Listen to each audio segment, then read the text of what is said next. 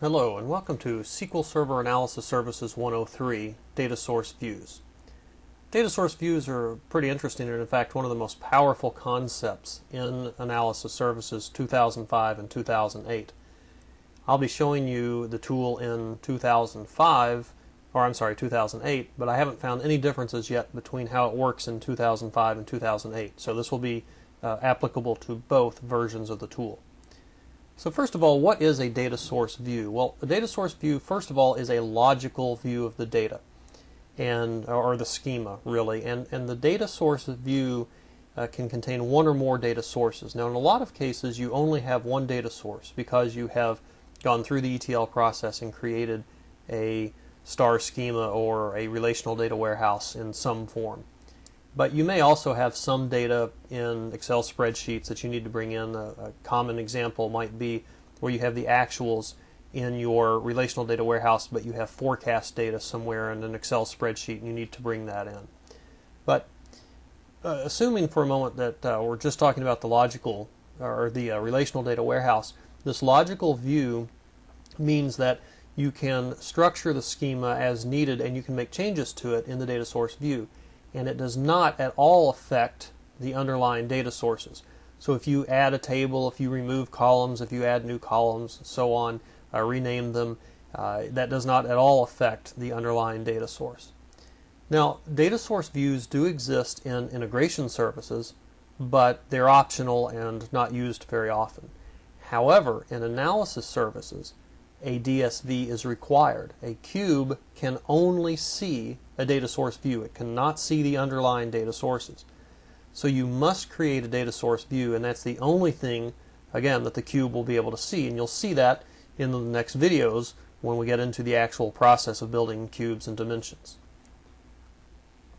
Now, the data source view has a number of features. I mentioned some of those. You can do more than is listed here. You can actually remove columns and rename columns if you choose. But the data source view also allows for the creation of new columns in an existing table. These are called named calculations. You'll see that in just a moment.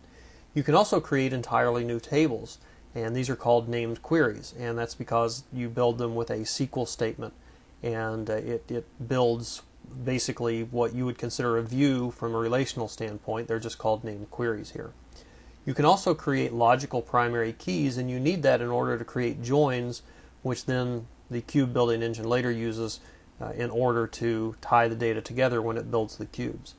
So you'll see the creation of logical primary keys and then logical joins between tables or named queries. And this doesn't mean you can create a join between a table and a named query. It can be between two physical tables, again, just in this logical DSV.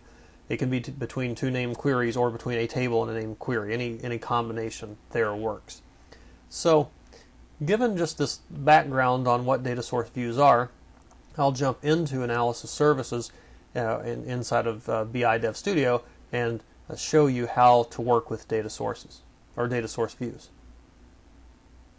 Here I am in BI Dev Studio, and I have a project called Learn MS BI, and so far I just have a single data source that points to the AdventureWorks DW relational data warehouse in SQL Server. So the next folder in the Solution Explorer is the data source views, and if I right click on that, then my only option is to create a new data source view. And this launches a wizard. Welcome to the data source view wizard.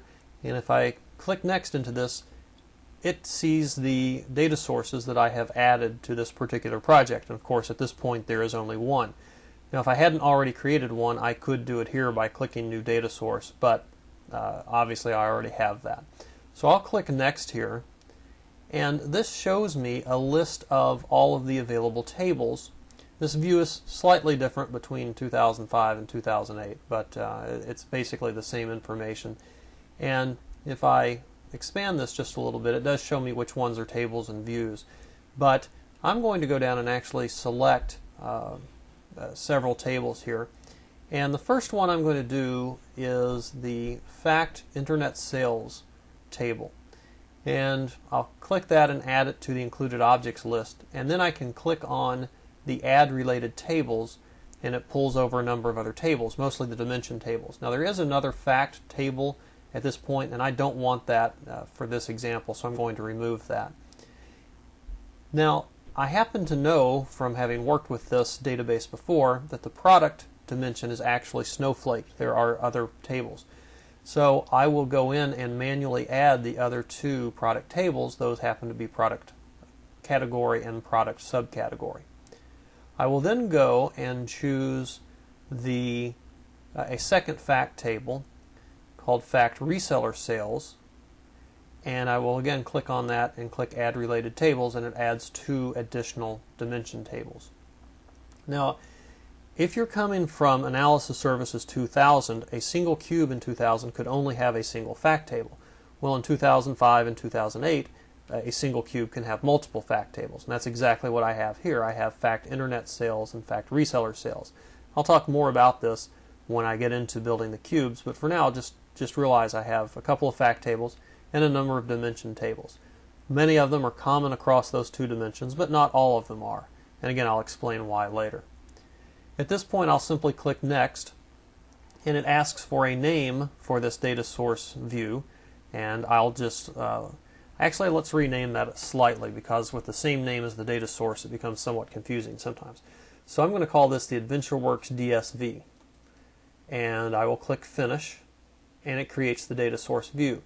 Now again, this is just a logical view of the data, and I'll expand my work area slightly, and you can see what this looks like. It is not the cleanest star schema looking structure you've ever seen. In fact, it's somewhat ugly.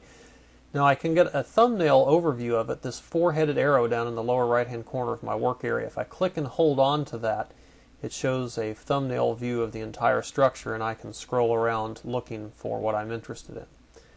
So I'll start off with zooming in and showing some of these additional features that you have in a DSV. First of all, I will find the customer dimension, and it's here somewhere. There is a way to search to find some of these. But here's the customer dimension, and notice that there is a first name column, a middle name, and a last name. Well, I want a full name, and notice I don't have that anywhere in here. I've scrolled to the bottom. So one of the things you can do is on the header for a table, you can right-click, and notice that the first option is a new named calculation. So if I select that, it asks for a name for this column, and I will say new name, or full name.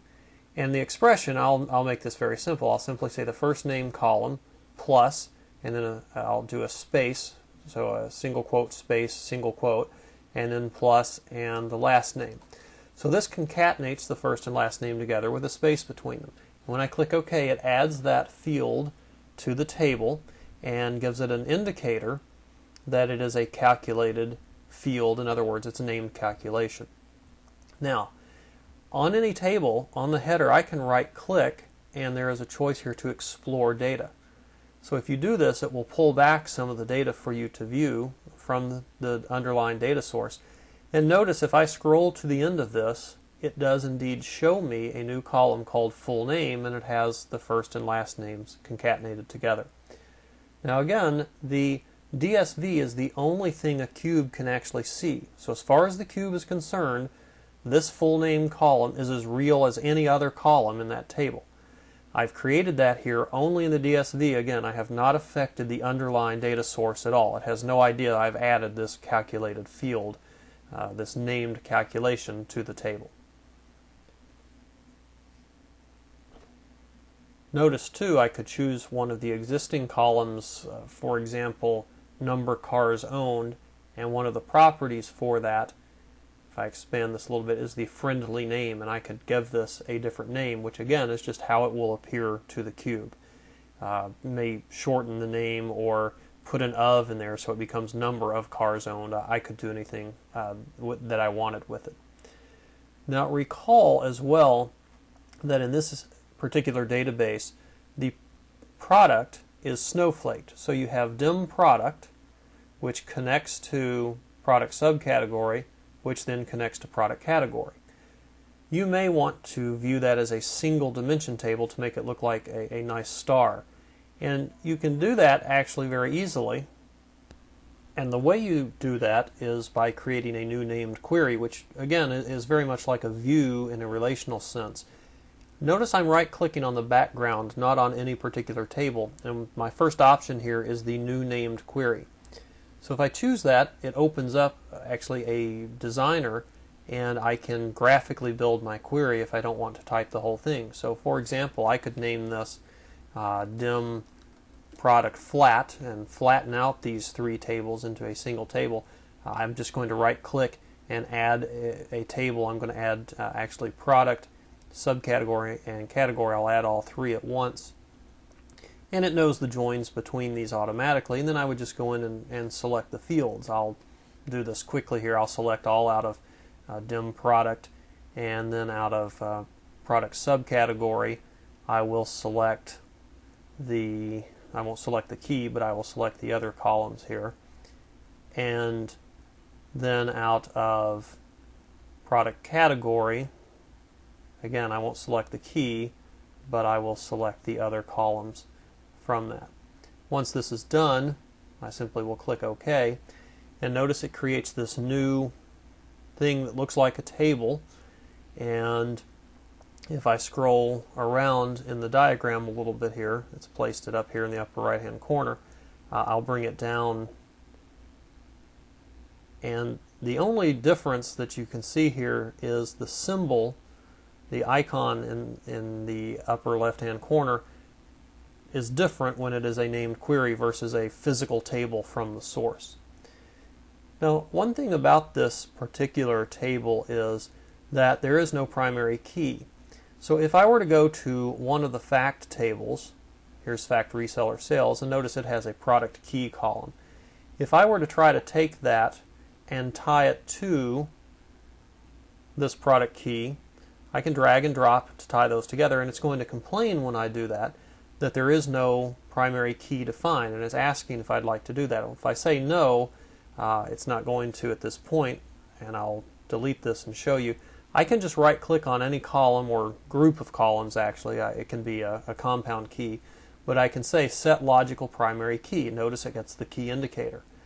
Now I'll just go and recreate that join, and it now sees that as the product dimension, and I could remove then from this particular diagram, I could just say delete table from DSV for dim product subcategory, and dim product category. And again, this would work perfectly well. It just flattens those multiple tables out into a single table. Now, again, that's just for purposes of example. I'm going to go ahead and remove this named query that I created, and I'll simply say delete table from DSV. That lets you see how powerful this is. I can actually create views of multiple tables and combine them into one. Now, and also, of course, I could use that to remove tables from this. You'll notice that I have here a table, dim product, and there are columns, and if I wanted to remove any of those, I could say replace the table with a new named query. It starts off with everything in here chosen, and I could simply remove tables if I said, well, I don't want, for example, the color and the safety stock level and the reorder point and the size range. I could just remove those and click OK, and that replaces that table with this query, which only contains the fields now that are currently checked. Again, I'm going to cancel that, but that's how you would do that. Now, I said there weren't really any differences between the 2005 and 2008 DSV. There actually is one important difference. And in 2005, if the dimension tables or the fact tables change, if new columns are added or removed, there was no really good way to let the DSV know. The secret in 2005 was you would right-click on a table and say replace with, and say a new named query, and it would then go and read everything from the table, and you would go ahead and replace it with a named query, which basically did a select star. Then, once you had the named query, you would come back, right-click on the named query, say replace table with other table, and just replace it with the original table name, but it now would contain the changes. Fortunately, in 2008, if I right click in a blank area, there is a refresh which will go and reread the schema for all the sources and update the DSV appropriately. Why that was not in 2005, probably just an oversight, but that was somewhat of a headache for people, and that's been fixed in 2008. Now, one thing I'll show you about the DSV as well that I think is kind of a best practice to adhere to is, this does not look much like a star schema. It's very confusing, and this only has 2 fact tables and a few dimension tables. It's actually fairly simple, but it doesn't look very clean. So over on the left-hand side, you have this thing called the diagram organizer, and right now it is just all tables. And these are all the tables in the DSV. Now, I can right-click and say New Diagram, and what I recommend people to do is to make one diagram per fact table. So I'm going to make one called Fact, and it doesn't matter what you name these. I'm going to make this one called Fact Internet Sales. And in this view, this is just a view of the DSV, which is kind of a logical view of a logical view, but I will right-click, and what you want to do here, you don't want to add tables. That adds tables to the entire DSV. You just want to show tables. So I want to show Fact Internet Sales, and so here it is, and I can right-click on this and say now Show Related Tables. And that will show me the dimension tables, only the dimension tables that tie to this particular fact table. And so it's not perfect, obviously, but if I move this out a little bit, it starts to look a little bit more like a star. I'll bring promotion over here, and now you can see from the diagram below, again, not perfect, but it does look much more like a star at this point. Now, one of the things that's unusual if you're coming from the 2000 world or from a non-Microsoft world there are 3 joins from the fact table to the time dimension table, and that's because there are 3 time columns in the fact table. There is an order date, a due date, and a ship date. Those are just 3 ways of looking at a single order. An order may be placed on one particular date, but it's not due for 2 months, and then it ships, say, 3 months from now. You ship late. Well, if those months between when it was ordered and when it was shipped cross year boundaries, then it gives you, where does that sale occur? Where do you recognize that revenue? It gives you different ways to look at that particular order. In addition, when I right-clicked and said Show Related Tables, it only goes out one level. Remember that product is actually snowflaked, so I could right-click here and I'll just do Show Tables, and I'll manually choose these 2 additional tables for product, and it doesn't put them in exactly the best place to do that, but I'll drop down here. So that's just snowflaked out, but you still have again, it's now a snowflake, but much cleaner looking than it did before. And of course, you would then right-click and do one for fact reseller sales as well. And again, this is just a way to look at it in, I think, a much cleaner and more logical fashion. So here I will do fact reseller sales very quickly here.